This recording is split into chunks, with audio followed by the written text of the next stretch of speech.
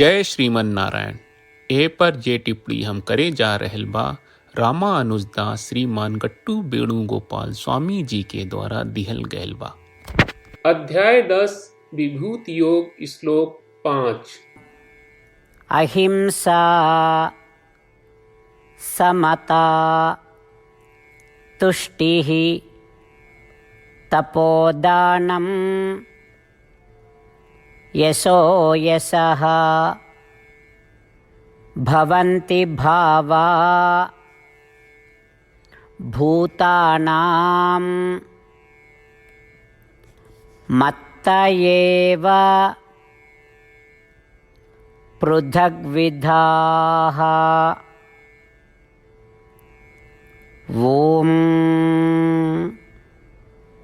गीताचार्य श्री कृष्ण परमात्मा अर्जुन समेत हमनी सब के विभूति योग सिखा रहल बानी। परमात्मा कह रहल बाड़न, अर्जुन हम अपन गुण बतावत बानी।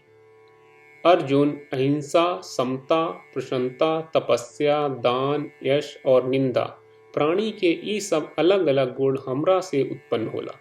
अर्जुन अहिंसा के अर्थ होला दूसर प्राणी के कष्ट पहुंचावे से बचे चाहिए। समता के अर्थ होला आपन मित्र और दुश्मन के समान रूप से देखल जाके चाहिए। प्रसन्नता के अर्थ होला दूसरा के महानता पर खुशी महसूस होए। तपस्या के अर्थ होला शास्त्र से निषिद्ध सब सुख के त्याग के आत्म अनुशासन। परोपकार के मतलब बा आपन बात दूसर के साथ बांटे के चाहिए। यश के अर्थ होला अच्छा गुण होके के प्रतिष्ठा। निंदा के अर्थ होला पाप कर्म के कारण अपमान। अर्जुन जीव के ई सब अलग अलग तरह के गुण हमरा से उत्पन्न होला। यही तरह श्री कृष्ण परमात्मा हमनी के आपन संप्रभु शक्ति के बारे में साफ साफ बता रहल बाड़े। श्री कृष्ण परमात्मा के शक्ति के समझत श्री कृष्ण परमात्मा के प्रति प्रबल भक्ति के भाव पैदा करे। श्री कृष्ण परमात्मा आ श्रीमन नारायण के सामने समर्पण कर श्री कृष्ण परमात्मा के वचन के श्लोक के रूप में दोहरावे के प्रयास कही जाए। अहिंसा समता तुष्टिः तपोदानं यशो यशः भवन्ति भावा भूतानां मत्त एव पृथग्विधाः। श्रीमन्नारायण करिष्ये वचनं तव। सर्वं श्रीकृष्णार्पणमस्तु। जय श्रीमन्नारायण। श्रीमद् भगवत गीता का पूरा सार श्री कृष्ण परमात्मा ने अध्याय 18वें के श्लोक 65 से 70 में 8 काम करे खातिर दिले बाड़े। श्री कृष्ण कहले, हम ओ लोगन से प्रेम करनी जो लोग इन 8 बातन के मान तारे। हम ओ भक्तन के हर तरह से रक्षा करब। श्री कृष्ण परमात्मा के द्वारा बोलल गईल संपूर्ण भगवत गीता सुनला के बाद अर्जुन कहले, करिष्ये वचनम त्वा, जेके मतलब बा कृष्ण मैं उही करब जौन आप कही। यही कारण बा श्री कृष्ण अर्जुन के हर तरह के सफलता आ विजय प्रदान करेले। आई परमात्मा के आपन व्रत देई कि हमनी के ये 8 गौ कर्म के पालन करी जा। ई वचन परमात्मा के देवे से बड़न कौनो पूजा तपस्या यज्ञ नहीं। हम 8 प्रण कहब जौन हमनी के करे के चाहिए। आप सब कृपया इन्हन के आपन दिमाग और दिल में सोची। श्री कृष्ण के आपन वचन देवे के ई तरीका में हमनी सबकी कल्पना करे के चाहिए कि श्री कृष्ण का चेहरा खुशी से चमकत बा और खुशी के एहसास करत बा। जय श्रीमन नारायण। यहाँ हमनी के 8 वादा बा। हमनी के पहला वादा, हे श्रीमन नारायण आपका निर्देश के मुताबिक हम हमेशा तोहार ध्यान करब और तोहार बारे में सोचब। हमनी के दूसर वादा, हे श्रीमन नारायण आपका सलाह का अनुसार हम हमेशा आपका भक्त रहब। हमनी के तीसर वादा, हे श्रीमन नारायण हम आपन सब काम तोहरा सेवा के रूप में और तोहरा संतुष्टि खातिर करब।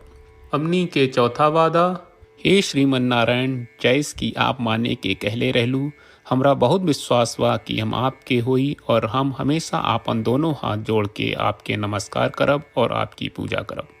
हमनी के पांचवा वादा, हे श्रीमन नारायण हमरा के तोरा बात माम एकम शरणम ब्रज 1866 याद कहले, जहाँ आप हमरा के आपन का अर्पित करे का कहा। श्रीमन नारायण मैं हमेशा तोहरे शरण में रहब।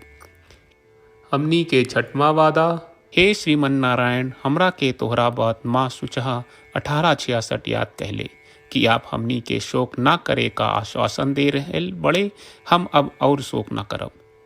हमनी के 7वां वादा। हे श्रीमन नारायण, आपने हमरा खातिर श्रीमद् भगवत गीता के वितरण करके हम सबके कृपा कहले और आशीर्वाद दहले बा। हम वादा करत बानी कि रोजाना कम से कम एक श्लोक पढ़ब या सुनब।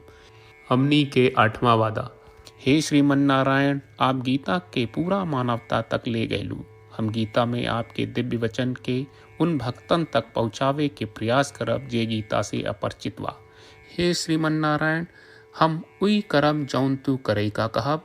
हम ऐसन व्यवहार करब जैसन आप चाहत बानी और हम खाली आपका खातिर काम करब। श्रीमन नारायण के रोज आपन वचन देहल कि हम ओइस करब जैस आप कहत बानी, ई अपने आप में बड़न पूजा बा। श्रीमन नारायण करशे वचनम त्वा। श्रीमन नारायण, हम तोरे निर्देश के मुताबिक काम करब। सर्वम श्री कृष्ण अर्पणम अस्तु। जय श्रीमन नारायण। अहिंसा समता तुष्टिः तपोदानं यशो यशः भवन्ति भावा भूतानां मत्त एव पृथग्विधाः। ओम अहिंसा समता तुष्टिः तपोदानं यशो यशः भवन्ति भावा भूतानां मत्त एव पृथग्विधाः। श्रीमन्नारायण करिष्ये वचनं तव। सर्वं श्रीकृष्णार्पणमस्तु। जय श्रीमन्नारायण। जय श्रीमन नारायण। सब भक्त लोगों से विशेष अनुरोध बा, जीवन में हर चीज में हमनी के तत्कालिक और प्रभावशाली परिणाम की अपेक्षा रहेला। एकरा खातिर आइए रोजाना 1 मिनट के समय निकालल जाए और नारायण आश्रम पढ़ल जाए। नारायण आश्रम प्राप्त करे खातिर नारायण आश्रम वेबसाइट पर जाई जो www.narayanashram.org है और पंजीकरण में आपन नाम और ईमेल दर्ज करी। आपके द्वारा प्रदान कईल गई ईमेल पर आपका एक नारायण आश्रम PDF प्राप्त हुई। PDF में एक रामायण श्लोक, एक गीता श्लोक और एक विष्णु नामम बा। ये तीनों के मिल के नारायण आश्रम कहल जाला।